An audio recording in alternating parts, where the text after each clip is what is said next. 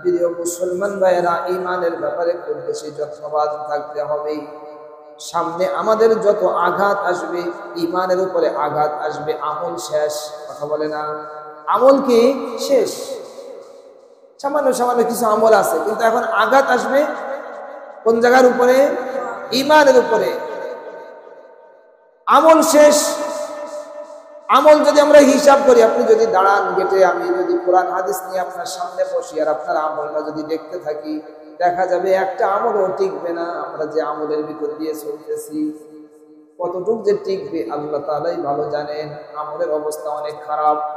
এখন ঈমানটাও যদি নষ্ট হয়ে যায়, তাহলে আমি শেষ। এই জন্য ঈমানের উপরে হামলা আসবে।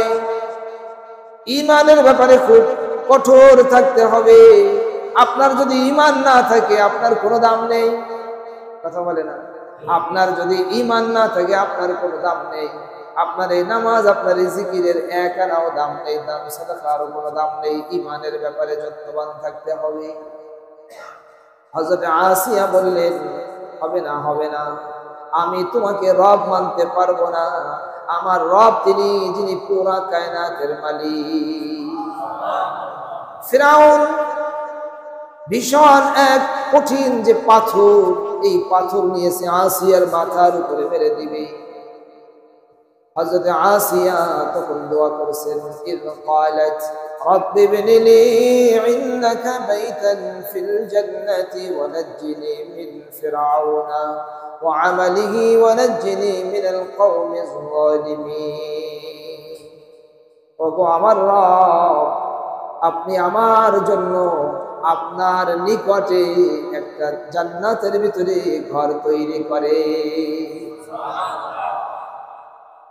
হযরত আসিয়া তার মাথার উপরে যখন বড় পাথরটা যখন তার মাথার উপরে যখন মেরে দিবে, তখন তিনি এই দোয়া করেছেন। তাফসীরের ভিতরে লেখে, হযরত আসিয়াকে জান্নাতের ভিতরে তার সেই ঘরটা আল্লাহ তাআলা দেখিয়ে দিয়েছে। এও একজন মানুষ দুনিয়া থেকে বিদায় নিয়েছেন কোন পরিবেশে? একজন কাফেরের স্ত্রী, বিশাল সাম্রাজ্যের মালিক, তার অধীনে থেকেও তিনি তার ঈমানকে নষ্ট হতে দেন না।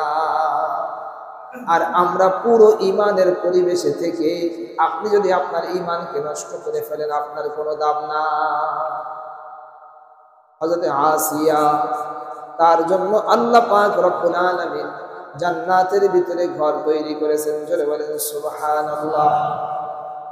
অপরদিকে ফিরাউন, বিশাল সাম্রাজ্যের মালিক, তার টাকার কোনো অভাব নাই, স্বর্ণের কোনো অভাব নাই, লোকজনের কোনো অভাব নাই, তার ক্ষমতারও কোনো অভাব নাই।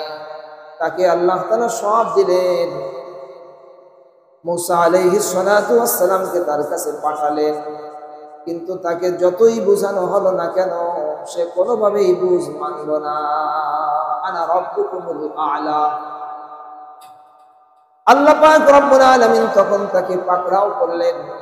ফাআখাযাহুল্লাহু নাকালাল আখিরাতি ওয়াল উলা ইন্না ফী যালিকা লা'iবরাতাল লিমান ইয়াখশা। আল্লাহ পাক রব্বুল আলামিন ফিরাউনকে ধরলেন।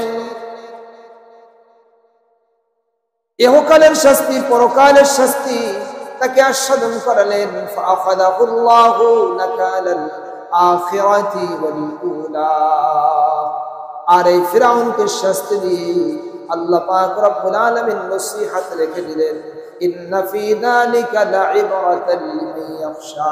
যারা ভয় করে, আল্লাহ তাআলাকে যারা ভয় করে, জাহান্নামের আগুনকে যারা ভয় করে, কবরের আযাবকে যারা ভয় করে, যারা ভয় করে, তাদের জন্য এই ঘটনার ভিতর দিয়ে তাদের জন্য শিক্ষা রয়েছে।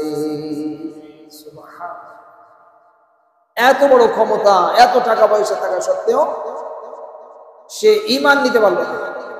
আর অপরদিকে হযরত আসিয়া, তিনি এত কঠিন অবস্থার ভিতরে থেকেও তিনি ঈমান নিয়ে দুনিয়া থেকে বিদায় নিয়েছেন।